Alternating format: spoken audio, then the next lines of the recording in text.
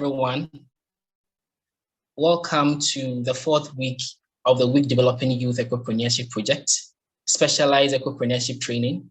And this is a platform to educate, train, build, and empower young people to become environmentally conscious and sustainable business leaders. For the past few weeks, we have tackled sessions on environmental issues in Ghana, where we had Desmond Alugnau, the co-founder of Green Africa Youth Organization, to share his insight on the works GAYO is doing over the years through their thematic areas of operations to bring solutions to these problems that we have in Ghana. We equally had Joshua Tete, who shared his insights on ecopreneurship in general to make all participants develop an understanding of key business and entrepreneurial strategies of being able to start, fit into the municipal and district levels and challenges one may face and the possible solutions to start a business. And with the last week, which was last week, that's the third week, we covered the business model where we had Patrick and Joshua, who took us through how to start up the business operations, identifying sources of revenue and the intended customer base and products as means of financing our businesses. So this week, we have an amazing personality in our midst, and I'll give a brief overview of his autobiography for us to know who he is before he takes the platform. So our speaker is a resourceful and a multi-award winning youth development champion, innovation and a tech entrepreneurial ecosystem developer. He is a Google, IBM, Harvard, Stanford, MIT, Sloan, and McKinsey and Company trained. He is a highly accomplished project portfolio and program management professional with more than a decade of an extensive, varied, rich experience in managerial roles that led to program and project design, planning, moderation, execution, and evaluation across diverse sectors, such as tech ecosystem, social enterprise, not-for-profit organization, startups, government agencies, digital media, financing services, and fast-moving consumer goods. He is equipped with a track record of success in developing and implementing innovative programs that supports the strategic direction and organization he has worked with. He is very effective and proactive leader with proven ability to supervise, facilitate, and lead high-performance teams to ensure a high success rate in achieving company goals in an extremely competitive business environment.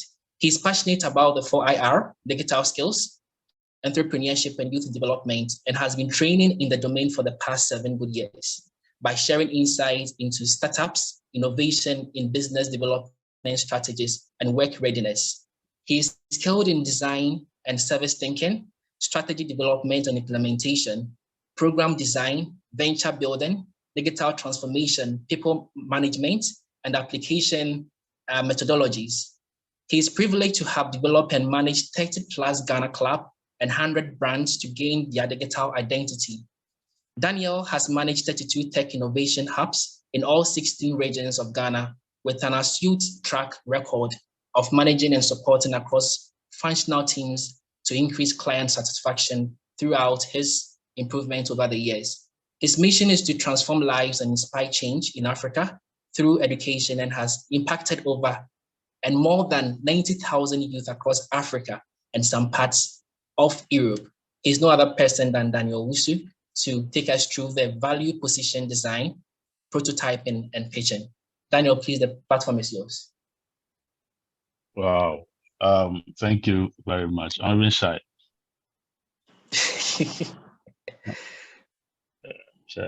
Thank you for the opportunity, and I hope you can all hear me, please. Yeah, we can hear you. Okay, just a minute.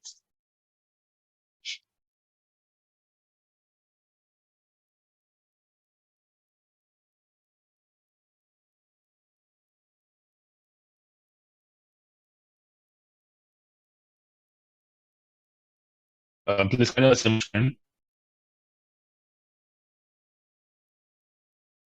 Hello.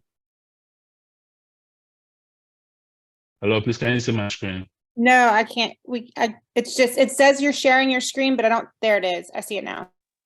Yeah, I see it. Okay, can see. Please have you on the same page. Yeah. Yeah. Okay. Thank you for the opportunity, and looking at the topic is a bit compact, and also mostly we answer sessions once a week long that we do. But in the context of this engagement, I'm just going to do an overview, which will last more than next 30 minutes max. And so please, it's also going to be more interactive. Do please share your input to what you think.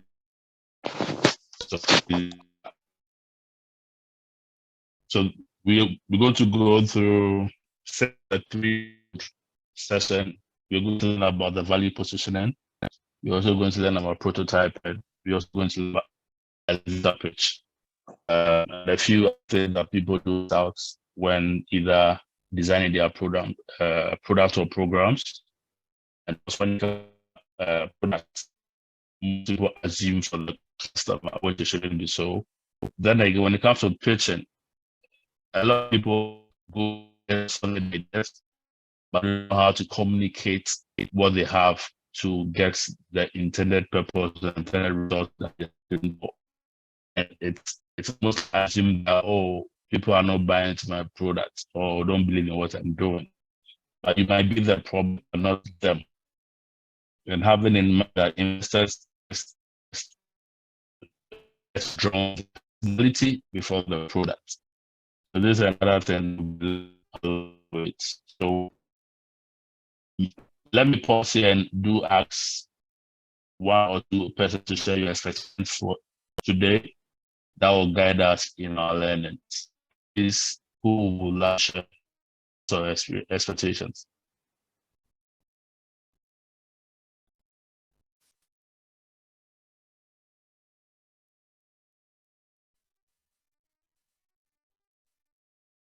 Oh, who will have to share his or her expectation for today's session?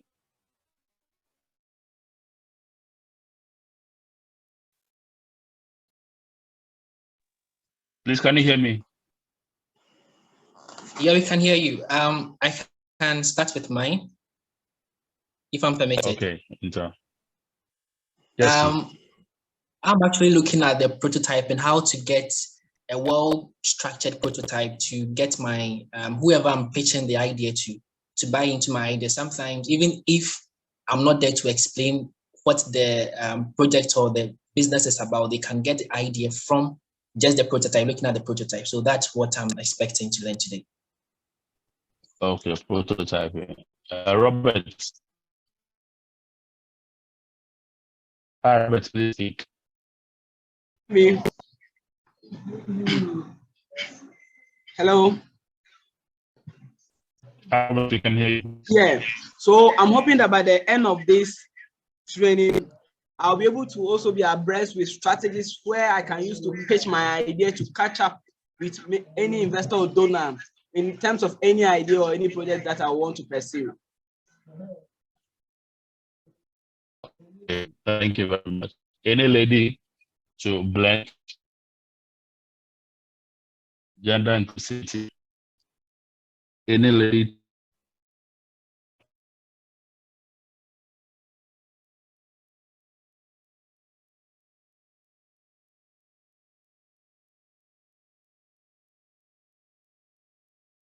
Blenda, Cindy, Amla, Emilia, Farida. Any lady to have Alisa?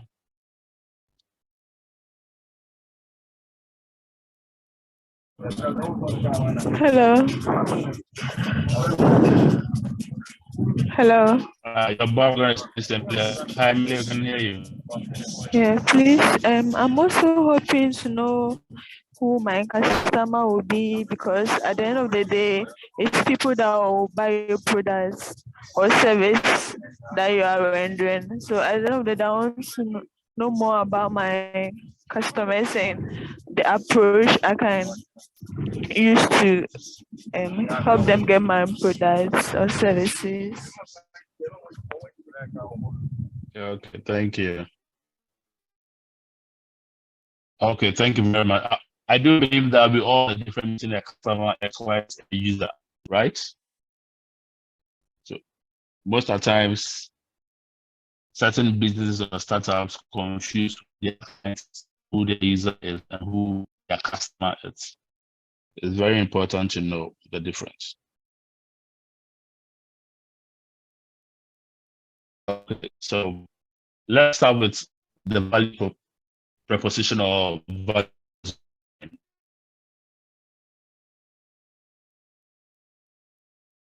So as I said earlier, let's go to more interactive. So please be with me, and also some part of the bits text-based because of our learning styles, which I'm trying to inculcate in the, because of some are more audio, some are a bit audio visual or bit verbal.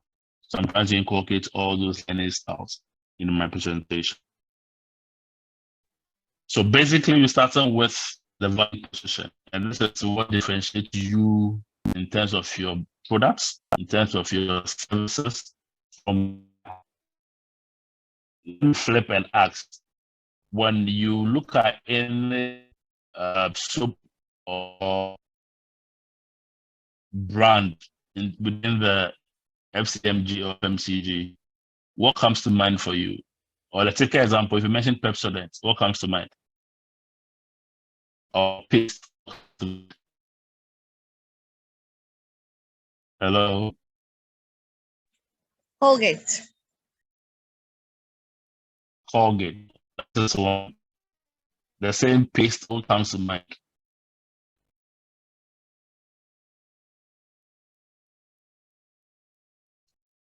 The same paste what comes to mind. You can have Pepsodent and the same paste what comes to mind. Close up. Close up. So we have 3 brands: Pepsodent, Colgate, and Close Up. What is that under lining products or item here is the paste? What is the added value they've added to the paste? Is it the pricing? Is it the variant in terms of the charcoal bar and not in the sizes? So the same market but different target audience. Are you getting the point? So market positioning here in the context of Pepsodent, active market in space, whilst others joined. So when you hear paste, people think all paste is Pepsodent, but the different brands that come, they were intentional with their market position and the market branding. That differentiates them from the rest, and also having a better of the market share than the others. In terms of the target audience, it varies, most importantly, they had a focus on families and also connecting it to the health of the tooth. In that same light, how did they position themselves in terms of their unique selling proposition, their packaging, their activations in terms of marketing, and a few other things that position them so we all to know that or had in mind that anything that wherever we see paste, it should connect to Pepsodent, which shouldn't be so. Which they've been able to get most of us on board on that. More importantly, as a brand or to have clear and concise statements that explains your product, which is solving that customer's need. Most of the times, people confuse want for customers. or assume for the customer what they think they will need. They'll go all out to develop the products, and the customers or purchasing it, and it becomes a problem. So it's very important to know the problem, define it, iterate in line to meet the needs of the customer, and be able to differentiate what you do in the others. The start pass with us as Ghanaians or Blacks in Africa as general, it's on competitions and also repeating of innovations and ideas. When we see other people doing something that is flourishing, we just jump on to do the same without acting the blueprint or the intended rule for it, which most of the times end up hurting a lot of people. The last part I want you to also have in mind is when it comes to value proposition, it's about customer focus. It's customer centric. It's not about money. If you serve your people right, if you serve your immediate customers right, the money comes. But people develop brands and products for the money, and the need affects the people and the planet, which it shouldn't be so. So do have that in mind. In order for you to differentiate yourself from the market, there's a lot of things that goes in. Against that background, you as the entrepreneur, you as the product owner, you as the leader of whatever you are doing, you should know why someone should pay for your service or buy your products, but able to convince someone why your product or service is the must be or must purchase the business. Are you on the same page? Yes. Yeah, Daniel, some of them can't hear your voice clearly. I don't know if there are certain breakages inside. If you can on that, yeah. Thank you. Is it much better? Is it much better now? I'm shouting. Yeah, it's okay. Is it much better now? Yes. Yeah, it's okay. Okay. Okay, thank you very much. So I said it's what we are doing today is more of an overview because it's a lot of things, and you can't do everything at once.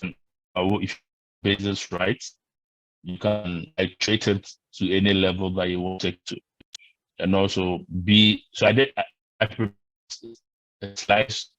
Anyone who have no idea about value proposition, who have no idea in prototyping, who have no idea elevator pitch, the slides will let you know from today or after the session.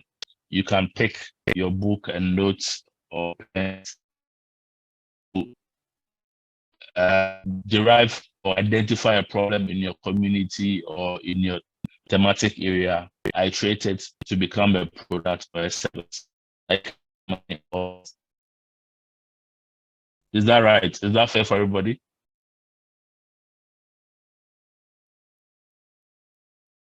Yeah, it's okay. Yeah, it's okay with us.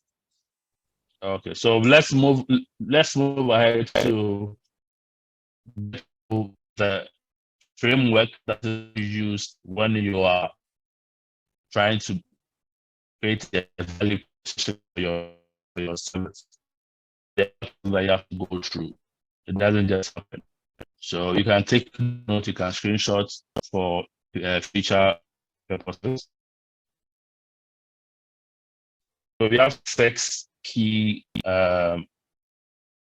themes under this framework that in any type of business that you've ever heard of, that is scaling in multiple countries or in the home country, has gone through these processes and has been existing more than years, been using this process. So first of all, the key thing for us to focus on is the target audience. Most of the time, people will say that as for my service and product, for you are wrong. All products have a specific target audience for customers. No product fits one, it's a one fits all. Any product that's a one fits all doesn't last. So be mindful of that. Then again, what are demographics? Yeah, age is very important. If you pick a product, the target audience is above 18. If you see a 9-year-old boy using a condom, they're not the target audience. They will not appreciate it. Yes or no?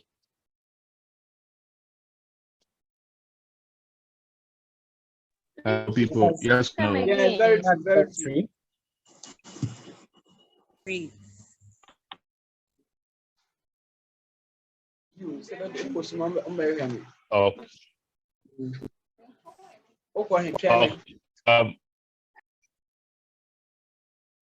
okay. And the other part, when it comes to it's able to define that demographics in terms of their age and all that.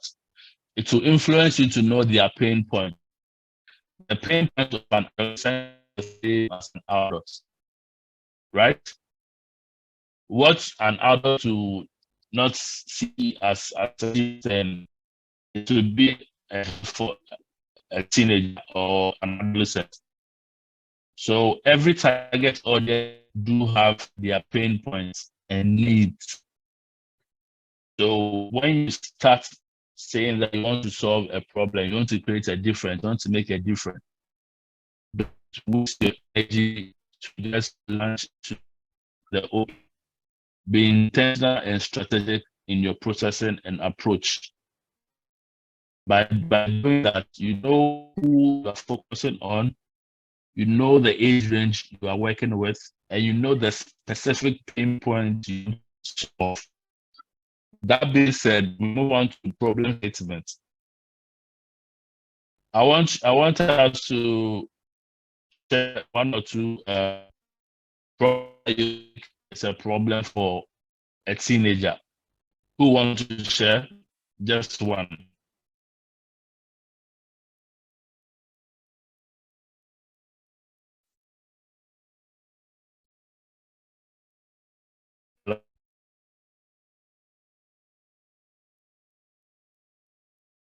Oh. Hello?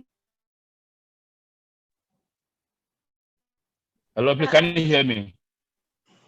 The line keeps breaking. So sorry. I'm also, it seems if you're using earpiece, the feedback isn't really helping them to get the whole thing. Like your voice, there are glitches in there. Maybe the network.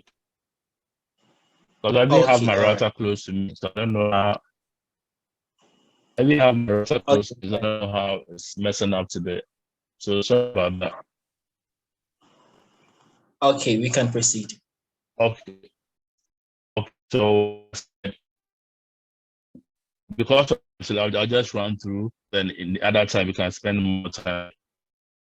So one again, when it comes to problem statement, describe the exact issue or problem you want to solve or you want to research on to address. It's very important. You can use the lean method, you can use the assessment templates and all that to solve it. Because most of the times, what you think is the problem might be the root cause of it, but not the actual problem.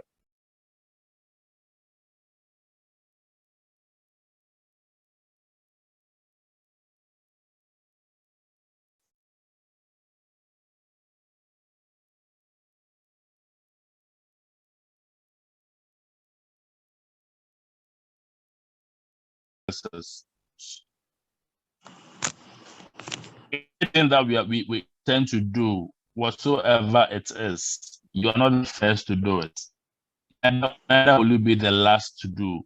So it's very important for you to do a comparative analysis or a stakeholder map and get to know who is doing what in relation to what you want to solve. And how are they doing it? And what are their strengths and their weaknesses? you're able to create your USP, what we call the unique selling proposition. It's very important. You can't, because we have MTN, we have Vodafone, we have Airtel, Tigo. They are all in the same sector, but they are all doing different things, different markets. So you can't say that they are doing the same thing. They might have common stuff, but they are doing different in terms of price, in terms of their services and packages. Get who your competitor is, find their strength and weakness, find out where their market share is, then use that to leverage that to also create yours in terms of being a difference about repeat what they are doing. If you are repeating what they are doing, it will be a challenge for you to enter or have a market penetration when it comes to brand position for you. They will see you as one of those brands that do not have a strong footing. So it will be a challenge for you. Once again, leverage on what your competitor is doing to create a differentiator when it comes to the benefits and features of your brand, your product, and service. When you're able to do that, it will lead you to now create your value proposition statement. And your value proposition statement is what puts you out there, be a top of mind awareness brand for people within your thematic area. And also, if your value proposition is not clear enough, you'll be doing business in the dark, and people will just bypass you or not even know where you are or what's the essence of your being or living as a business. So it's very important to create a specific value statement. If you ask a lot of entrepreneurs or startup founders, they don't have a specific thought through product statement or brand statement or service statement, which becomes a problem. And no one will take you serious if you're unable to solve that part of the puzzle. And the last part is testing and refining. So here is about iterating, getting feedback from your customers or from the people you want to test your product or service with, and using that to refine your value proposition based on the feedback you are getting in view to position yourself and also meeting the unmet needs of your customers. I believe you all have the chance to use phones. You get to see that there's a new software update. I would say that this update is 16.1.3, 16.2.4. This is a beta version final product because they are testing the features or bringing out the features one after the other. Why didn't they offload all the features during the launch of the product? It doesn't work like that. You iterate, get the feedback, get to know how people are using your product. Then you develop a feature that makes it much easier for them. Then you also understand it to know what is happening again. Then you develop another feature that will let them stay on their application no longer. How many of you use TikTok? Hello. No, I don't. Hello. Hello. How many of you use TikTok? Yeah, I use don't. TikTok. I don't know what that is. Okay. How many of you use Instagram? Sometimes I do. Okay. And how many of you are guilty of saying that, oh, I'm just going to check what is happening on TikTok in the next 5 minutes, I'm out. But you end up spending more than 3 hours on the app. That will be YouTube for me. Okay. Mm. So it cuts across all the social platforms. People will say that is the dopamine and all that. it is a science and art linking to the design of the application to get your attention to use the app and all that. It's very important for you to know that our feedback, our engagement influences the product design and also the output that we get to use. If you ask those who use the Apple products, they'll tell you how it feels like when they're not able to get certain things.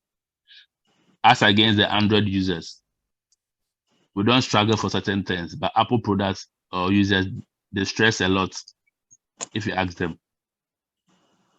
So basically, this is an overview of the value proposition or value position design. And this is the framework that we use to define problem statements or use to define the product or services we want to render to our customers. If you're unable to go through this and understand and execute it well, I'm sorry to say that you'll be chasing the wind and you never get hold of it. So I beg of you, take your time to understand your market. Take your time to understand your target audience. Take your time to understand your competitors, whether major or minor. Take your time to define your value proposition and also get bandwidth to iterate your products. There are some products on the market that are taking more than 5 years and they are still iterated. You're not in competition with anybody, but get to know the trends and preferences changes. So if you lag, you lose out. If you pivot well, you win a market share. It's very important as a startup or as a business. And do know that even you being a startup, you only qualify to require a startup if you are more than 5 years old. So get to know that because we have different stages of startups. So let me flip to share, since this is more of an eco-related organization, so I'm going to use an eco brand to illustrate a value proposition statement. And now please allow someone to read for me.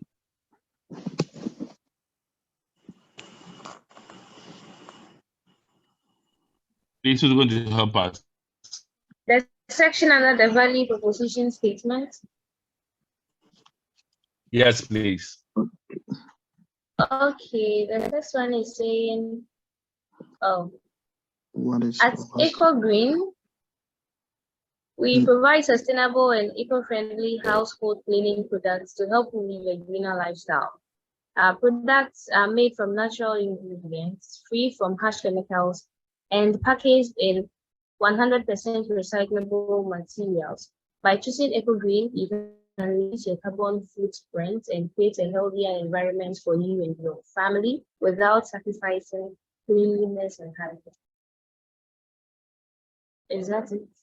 Thank you very much. Yes, please. So what did we learn from this? Who wants to share? What did you learn from this statement?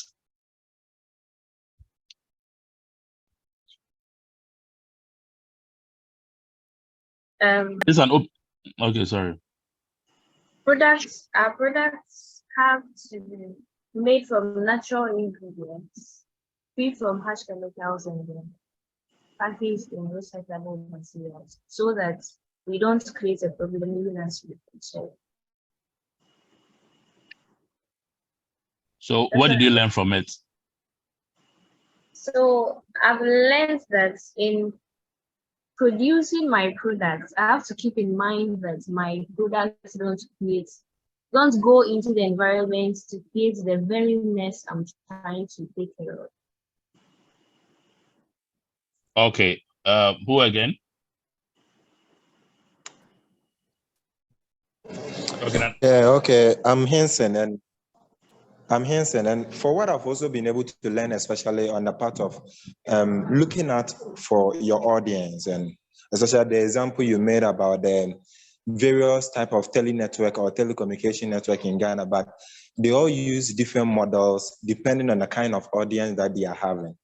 I was able to examine something that sometimes this telecommunication, they may be able to examine that I'm producing a brand that only business personnel use, or I'm producing a brand where the youth are more vibrant, or I'm producing a brand where aged people are into it, or I'm producing a brand where schools or educationalists are the ones used. So therefore, they are able to situate which offer or which package to be able to suit all this kind of people. So what I've been able to get a concept for you to be able to instill a business, you should be able to watch out for this kind of audience, what they need, and how you'll be able to structure your package to be able to gain the market very well. Not just because someone is using strategy A, so you also want to use the same strategy. Yeah, thank you. Okay. Thank you very much. So it's in replace of brand is product. The brand becomes the organization.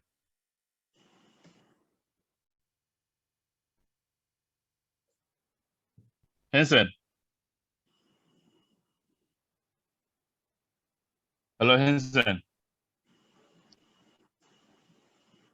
Hello, boss. Yeah, hello. Yeah, okay, I get. So in the place of brand, it's a product. Yeah, okay, okay. Yes, it's a product. Okay, okay. Thank you very much. Minta, your hand was up.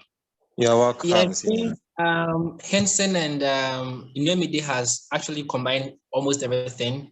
As we are creating problems, you have to look at the importance, what the people can get from it, because everyone will go in for what he's actually looking for or looking out for. So we have to really tackle that. I think the first paragraph that talks about it, how the products will benefit them, and also looking at the ecopreneurship aspect, how it's also going to help save the environment. So in all, what they are doing, they are creating a problem to solve a problem, not to create a solution to create a problem. Let me put it that way. Yeah. And I'm confused. Shall I come again? Please. Yes, please. Okay, so the first paragraph talks about the importance, what one can get from this when they use their product. Like it's not going to harm them. That's the first thing. That's the human aspect. And then the second aspect talks about the environmental aspect. So it's more like killing two birds with one stone, which they have perfectly done in that regard. Yeah. Great. That's great. So can we also deduce that they are intentional about their target audience? Exactly. Yeah, we can. And also, can we also deduce that they are able to let people know their sources of proof that they use in creating the product, and also the end game of the product after use? Yeah, we can do that. Yeah. So there's something called greenwashing, where people claim that our product has 90% to 100% natural ingredients, but we do not know what that ingredients are. And we just buy it because someone has advocated for it. So it's also prudent for us to be also be mindful when it comes to that.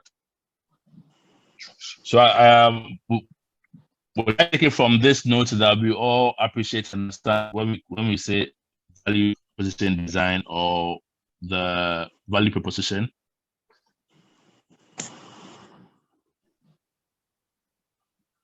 Please, are you on the same page here? Yes. Yes, please. Okay, so we are moving on to prototyping. What comes to mind when you hear the word prototype? Who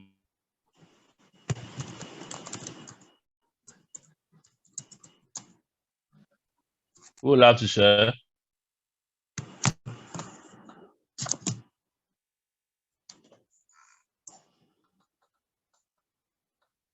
have to share what comes to mind when you hear the word prototype.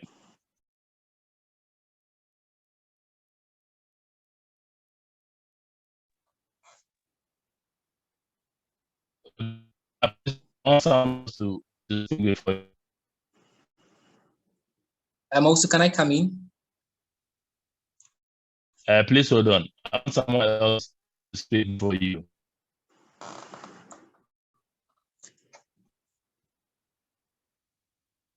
Hello, people. We are all getting here.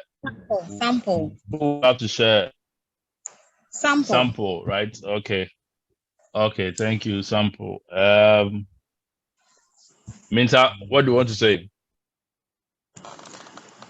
What people can experiment with to see if actually that whatever you are talking about actually that product will depict whatever you are actually bringing on board.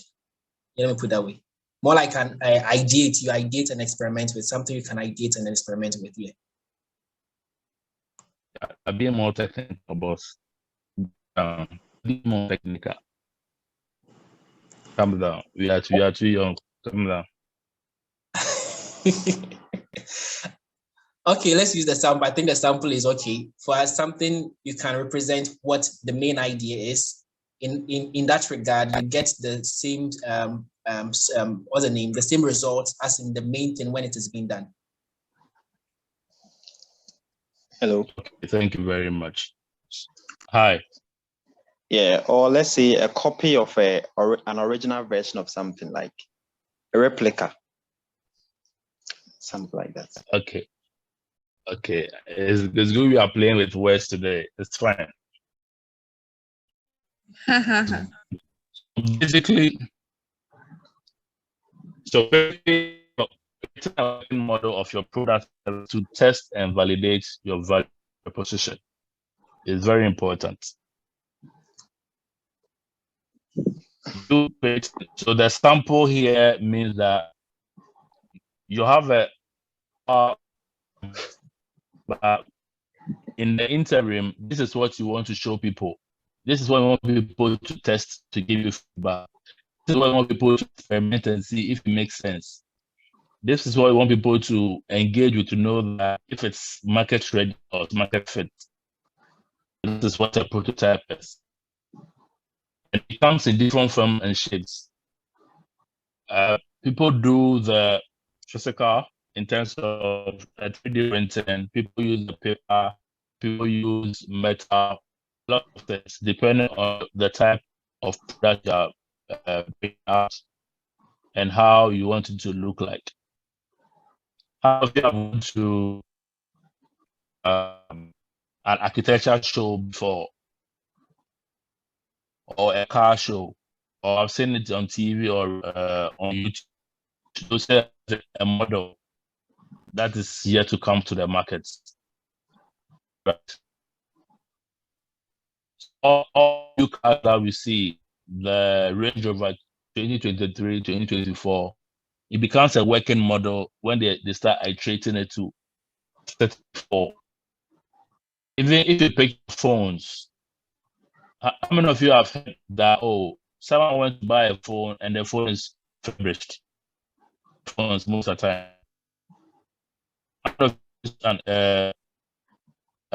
Refurbished phone for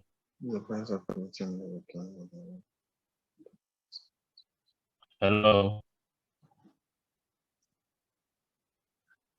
Hello.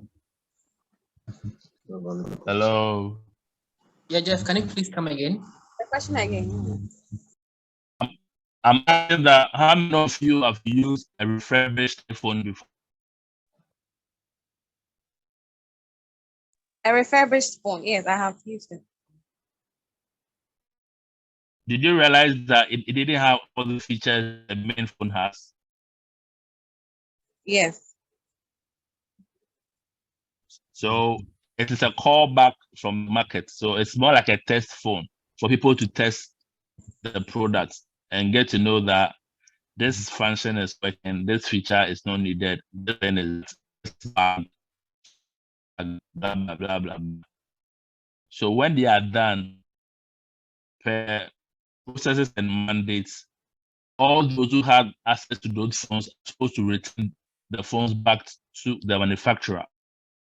But people use it also as a means back to the market to mix up with the original phones. So that is the essence of a refurbished phone. It's a working model that comes out for people to test and validate features and certain bugs that they've picked feedback from.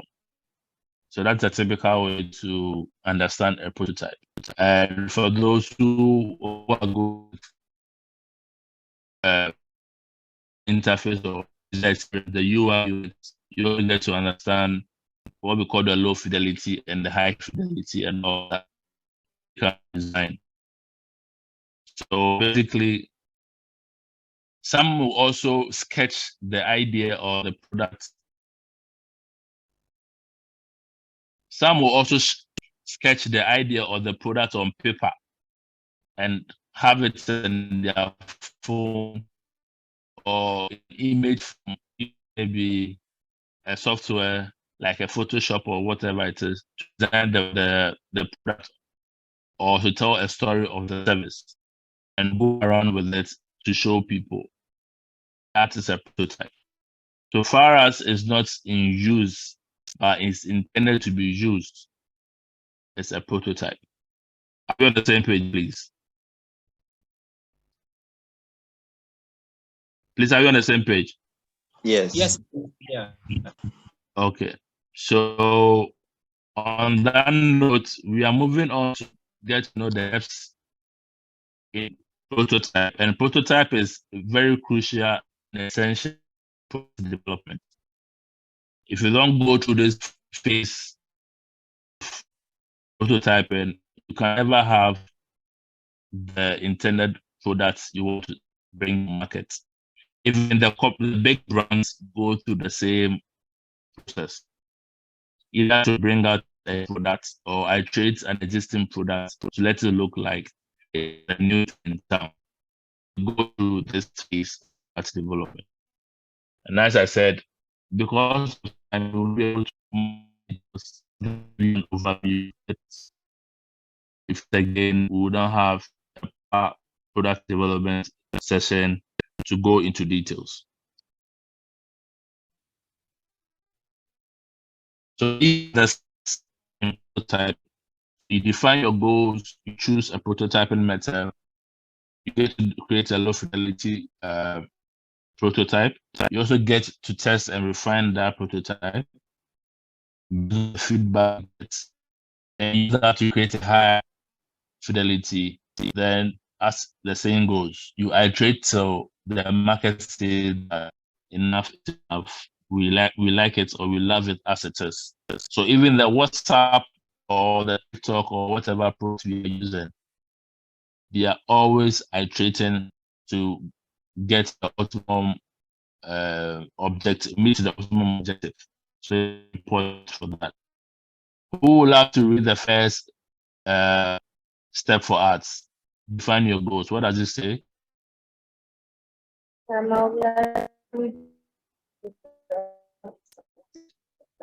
Define your goals. You need to identify what you want to achieve with your prototype and what questions you want to answer. This will help you create a focused and effective prototype. Thank you. Thank you very much. So it's very important objective designing the background of your value proposition. That will lead you to now the item, the product you want to now use to solve that problem or that service to solve that problem. So if you don't know that, you can't even define your goal to connect to that. It's very important. Who can help out with the second step?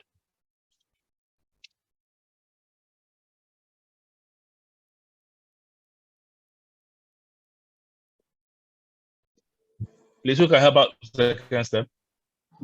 Choose a prototyping method. Depending on your goals and the complexity of your product or service. Some popular methods include paper prototyping, digital prototyping, 3D printing, and physical prototyping. So as I said earlier, thank you. So as I said earlier, the paper prototyping is what people use cardboard to make a sample of what they want to do. People also use Photoshop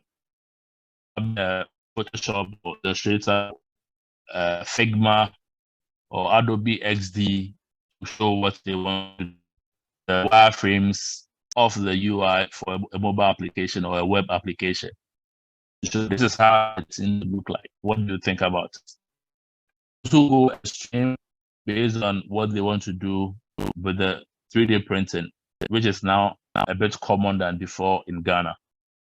Then a physical prototype is more like what the real estate guys call the model house or a sample house. So if you go to any real estates that they are selling, they always have one room that is fully furnished to let you know how it looks. The room will look like if you put it in place. Okay. Who will help us with the third step?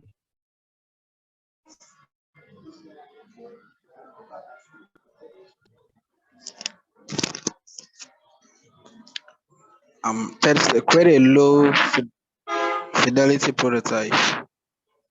It's a rough and simple version of your product or service. It can be created quickly and inexpensively. Thank you. Thank you. So here, even if you have a book or you have money, this is a quick way to go to. You can use a Figma. If it's a mobile application that you want to design or showcase, you can use Figma or Adobe XD or just in mind to design that item. If you want to use the cardboard, you can also use the cardboard. If you have money to use the 3D printing or 2D printing, you can do so. It needs a lot of money, and it is also important to be in this state to get to absorb a lot of feedback from others or the target audience before you want to do a high fidelity product.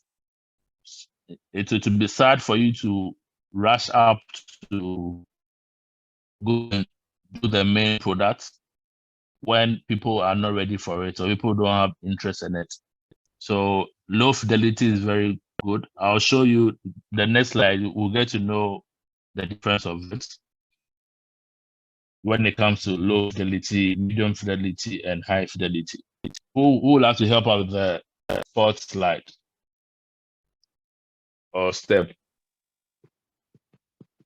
Test and redefine your prototype.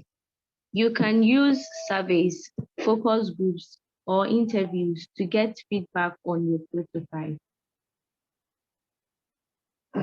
Great. So you see that at times go most of the time in the tech space, you go to an event and you see someone have a stand and say, "Oh, can you come and test our product and give us your feedback?" Or even if it's a trade show, feedback. So they are picking feedback from people. They can also come to your church or come to your class, focus group or whatsoever to get that feedback. So they are not doing it for fun. They are picking learning insights to iterate that to you would want it to be. It's like going to a restaurant and getting the food, high restaurants and the food. Have you seen that expression that you have in your face?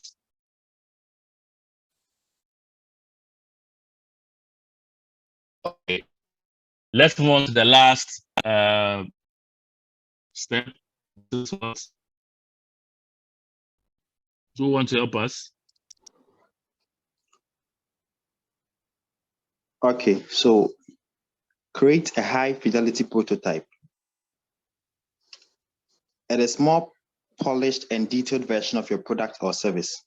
It allows you to test the user experience and functionality of your product or service in a more realistic setting. So as I said, low fidelity is sketches that you've done. It's not doesn't look all good, but the high fidelity is what looks better.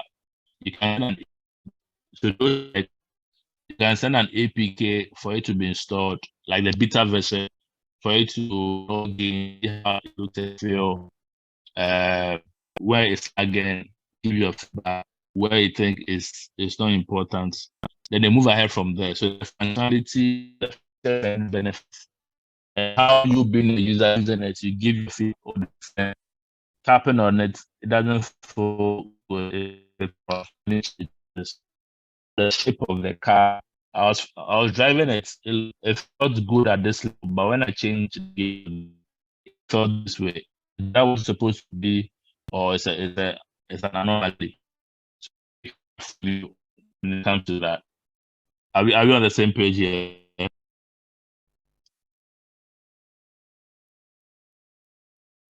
Yes, please, we are. Okay, so because of time, so this is what we say a low fidelity. Can you see the screen? Can you see the arrow? Nope, please. Can you see the screen? Yes, yes, yeah. Showing now. Yeah. Can you see the arrow? Can you see the Yeah. arrow? What Yes. low fidelity? That is so. This is called wireframe. Those who use the Figma, the RBSD, the Just Find, and all that. So they use this to sketch. You can sketch on paper, and they'll transfer it into this form and shape for you. I want the screen to look like this. I want to see this thing on the screen when they're on the phone. I want to see this, da da da da da da da. So they do this. They go out and iterate it or seek feedback from people. They give their names. The second one, the medium fidelity. Can you see that it's a bit better than the first one? Yes. Hello, can you see that? Yes. Yes. So can we see the last one? Can we see the high fidelity? The high fidelity, yes. Now they've added where the cursor is. So they've added colors and notes to the right of what they want to see. So they can use this one to pitch for based on the traction, based on what they receive from people, the demand for it and all that. They could use this. So this is what we say that it's a working prototype. You get me? So if you flip to the hardware, so this is more like a software. If you flip to the hardware, you could see the padlock has gone through multiple phases. How it started by sketch, either by using cardboard or wood. This is the second one. Out of the feedback, they have this. Then now move on to this. Just to add cardboard to get a bit more nicer. So here the white knob might not be a cursor, a rolling cursor. If you check the last high fidelity, it has a rolling ball that can use it to unlock the padlock. So this is a typical stage of prototyping. So never see it that it's just one-off thing that you go and then start. It doesn't work like that. You have to have patience to go through the process to get the final output. Are we learning something? Yes, sir. Okay, so now when all is said and done, when you put in all your sweat and all your time and patience to develop products, your service, and all that, you need to know how to sell your product or your service to gain traction and gain funds or investment from other people, or get people to believe in your product or service and buy from you. But the sad part is a lot of business or founders actually tell people what they do, but do not tell what they do. They are two different things. So we use a little that normally. So our next slide is on elevator pitch. We'll be wrapping up soon. Who it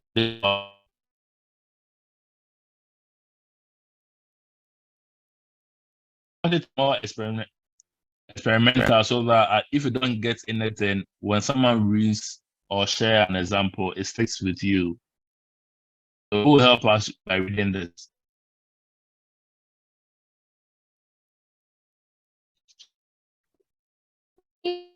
Which part? What you see, elevator pitch. Yes, elevator pitch.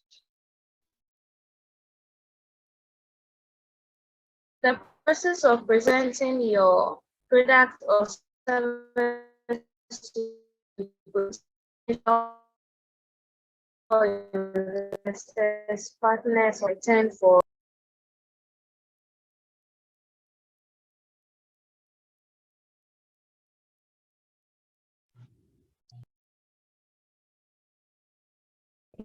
Yes, a business person who has a product or service. Hello. Hello. Who here has a product or service that can put the person on pitch his or her product or us who has to give feedback? Who want to try? I don't know.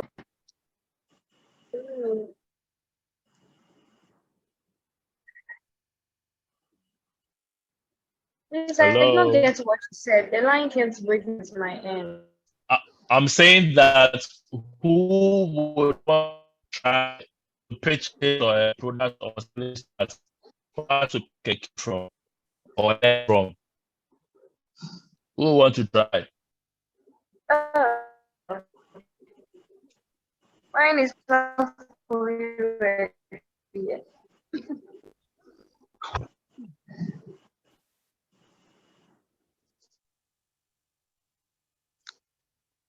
It's not Hello. ready.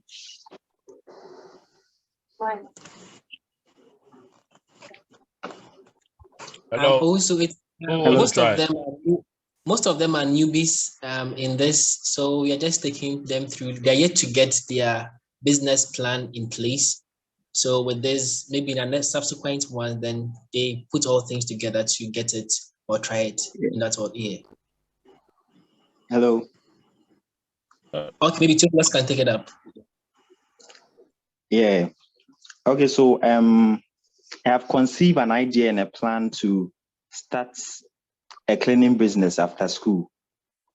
Yeah, so whilst in school and in the house, I was drawing the plan about how to register it and how to get people to work and Jeff. Yeah, hello. Please, can you hear me? Yeah, sorry, can you also hear me? Can you hear me? Yeah, I can hear you. Sure, actually, this is very important. Have in mind later. It takes a maximum of 1 minute to move from one step to the next floor or one floor to the other. Imagine being in that elevator with a potential investor. In 1 minute, how are you going to pitch your idea to spark an interest for the person to support you in what you want to do? Have that in mind, and let's redo it again. Please go ahead.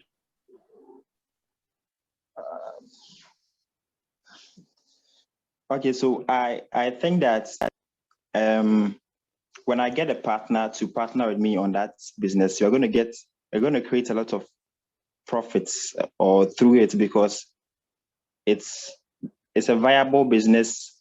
Many people have not realized it, so I think that if any investor will come on board with this idea, we are going to rake in profits, like something like that. Who would love to give me my feedback before I come in.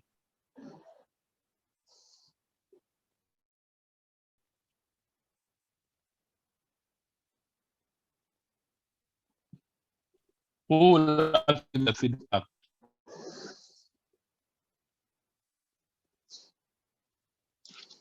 Did this spark an interest in anybody? Max on the call. Do you want to give a feedback? Meantime, we want to give feedback.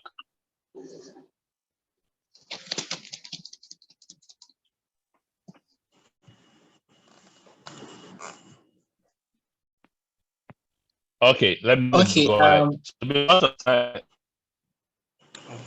Okay, now go ahead.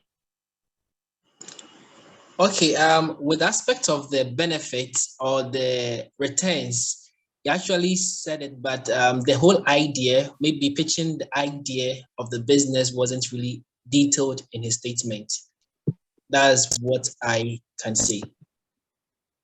Good. So, Jeff, you profit you want to make. We don't know the idea values that profit. And I know where you are coming from with the mentality that someone will steal your idea. So you say it all. That will never get you to get the investment you're looking for because there's nothing new under the sun. It is who starts first that owns that idea. So please have in mind and also always be to the point to interest. No storytelling that is far from the norm. On the same page, please.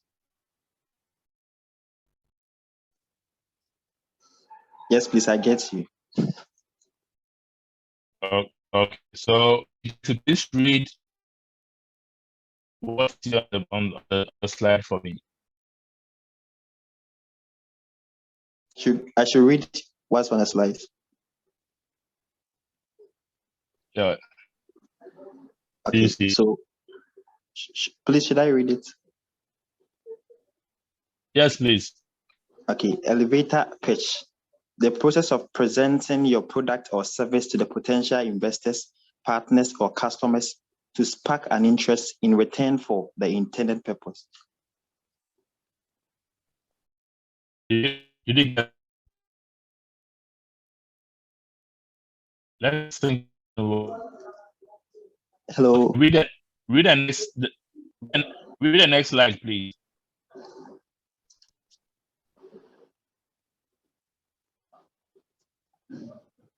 Read the next. Please, I cannot see the next slide.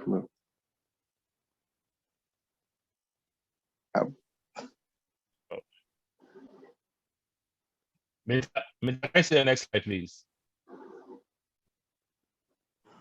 Yeah, I can see it, but looks okay.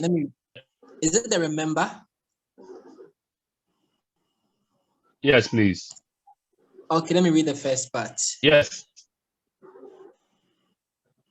A compelling pitch should clearly communicate your value proposition and the benefits of using your product or service.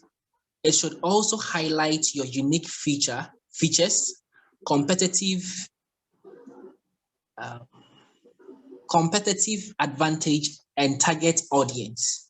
And then the next one says, when pitching, you should focus on telling a story that captures the attention of your audience and keeps them engaged. You should also anticipate and address any objections or questions that your audience may have and be prepared to provide evidence to support your claims. Okay. In all this, I want to bring out this for is any day, anywhere you find yourself, when you get a chance to pitch an idea or a solution to somebody, wherever you find yourself, say it or please help us. Come again, please. I didn't get it clearly. I mean, from today, I want you all to have this in mind, the 4 C's of elevator pitch. Wherever you find yourself, whether you're pitching to an investor, whether you're pitching to a customer, to for support or fund, have these 4 things in mind. Can you see what's on the slide? Yes. Yes, please. So the first thing is confidence, clarity, concise, and compelling. Yes, because most of the times people have solid ideas or solutions, but they are not confident enough to express themselves. And that becomes a or negative feedback to potential investor. Make them feel that you don't even believe in your products, you're not really sure of what you are selling. That breaks the ice for them to even give you a listening ear. The second point is what? Clarity. Whatever you are, you should be clear and let it seem that you know what you are speaking or you know what you are talking about to gain attention and listen ear. And be concise in the context of that is not a history class. Go straight to the point and let it compelling you are narrating the solution and the problem. Because that is what will get people to ask, oh, finally, we've had somebody who is able to solve or fix this puzzle for us. If you didn't get anybody to say, aha, what next can we do to help you? Or what do you need to achieve this? If you don't get that feedback, you've done something wrong. Are we on the same page here? Yes. Yeah, we are. Okay, so because of time, let's move straight. These are the industry worked out pitch deck or investment proof pitch deck. We hear that somebody raised $1 million, $5 million, $100,000, whatsoever the pitch deck that they used or the template that they use for that. So because of time, I just want you to read it on your own. Just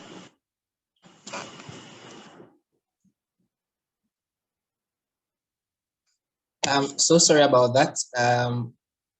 We've lost Owusu, but he will join us. Okay, I'll take the first part. That's define your audience. You need to identify who your audience is. This will help you tailor your pitch to their interests and concerns. For example, a pitch to a venture capitalist will be different from a pitch to a potential customer.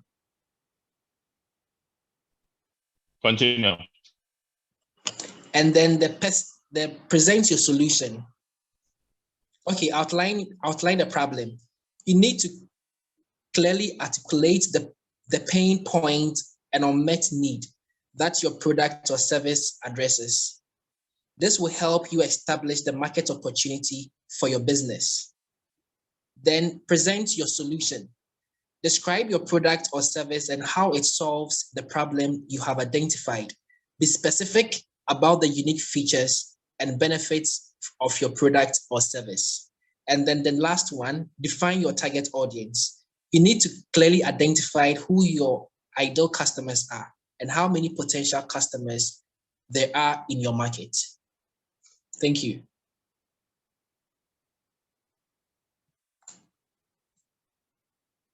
Thank you. Maxwell, please can you help out with the last slide?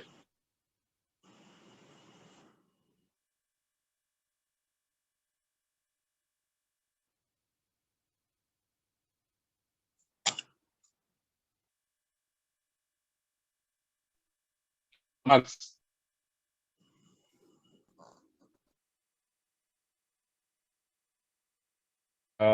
Cindy,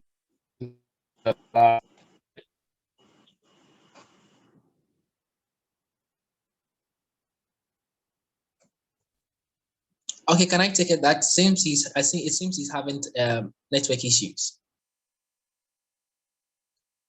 Okay, please go ahead. Okay, the first is present your business model. Present your revenue model and explain how your product or service will generate revenue or will make money. Provide financial projections. Provide projections for revenue, expenses, and profits. You can also include a timeline for when you expect a break even and become profitable. The next one is describe your team.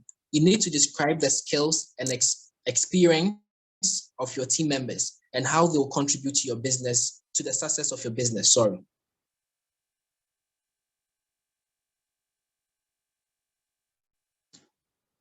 Okay. Yeah, I think that's it. Or should I use the other side? Yes, please. Okay, so the first point, which is present your business model, matches to the provide an AS. Okay, all right. No. Okay, so it's also an addition.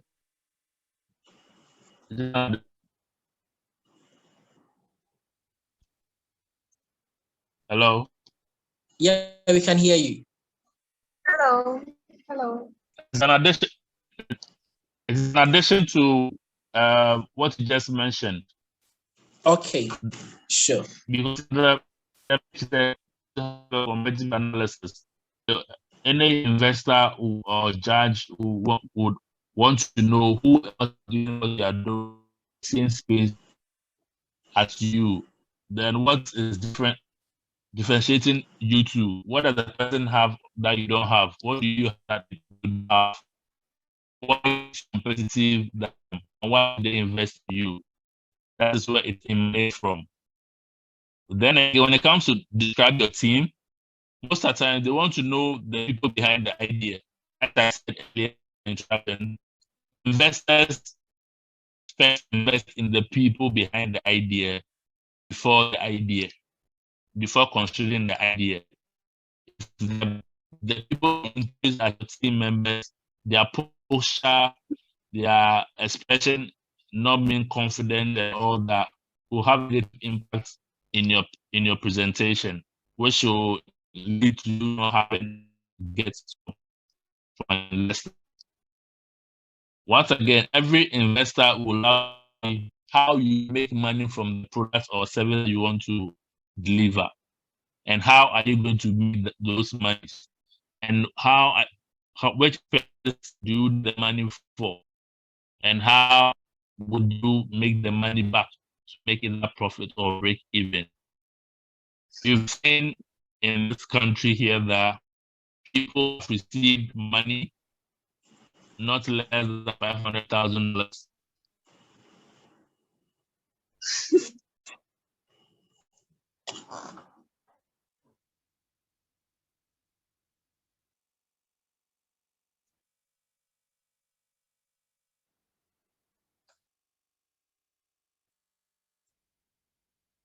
A financial projection, so I get a financial projection will lead to your ask. The ask is how much do you need and what will you use the money for? Because most of the time people ask for certain money, either they ask below the belt or they exaggerate the numbers. And when they are being told to answer how they came up to the numbers, and it becomes a challenge. So always know your numbers in terms of your market size, the market demand, your investment, your size, and how you are penetrating into that market and how much you want to sell based on what your competitors are selling. That will lead to you accounting to know that, okay, I'll $100,000 to do ECT. Out of the 100,000, 60% to do A, B, C, D, to do this, 10% to do that. That gives the investor a clear idea as to what you want to use the money for. It's very also important about traction. So traction is how many people use your product, how many people are buying your product, are in a waiting list to purchase your product. In which market is your product? What is the research around your product? Those are tracked. That leads to convince any investor. How much money are you making? How many of you have watched the Shark Tank or Dragons and all that? How many of you have watched that? Yeah, I watched them. Yeah, so these are the processes that they go through to go and act. Because if you don't know your numbers in terms of your financial projections, you may not know how much equity you want to put in or give somebody if you invest X amount of money.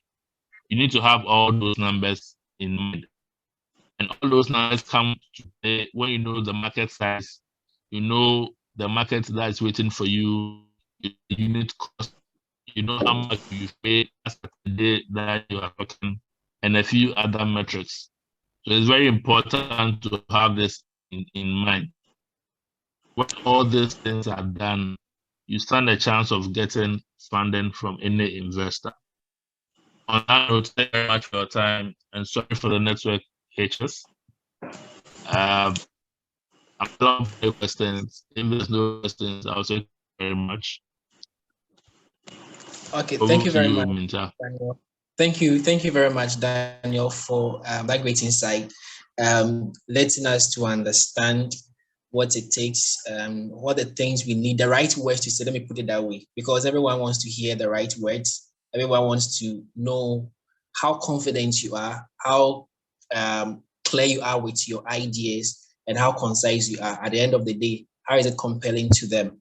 And the house or the house you talked about, how are you going to bring money back into the whole thing? Once it's a business, it should be a profit-making thing, not for you to lose money or anything. So thank you very much for all these things. I know this is more like 3 days something, but we've been able to do it within an hour, and we appreciate your time and effort in that. So please, if you have any question, kindly raise your hand. We just have 5 minutes for questions, and possibly we can continue on the page if we have any question in that regard. Yeah, Jeff, you can unmute and then talk. All right, so my question has to do with the prototyping. My question is it not expensive to do prototyping? It's expensive. What you're doing. If you give me an example of what you want to do, then I can give you a direct answer to it.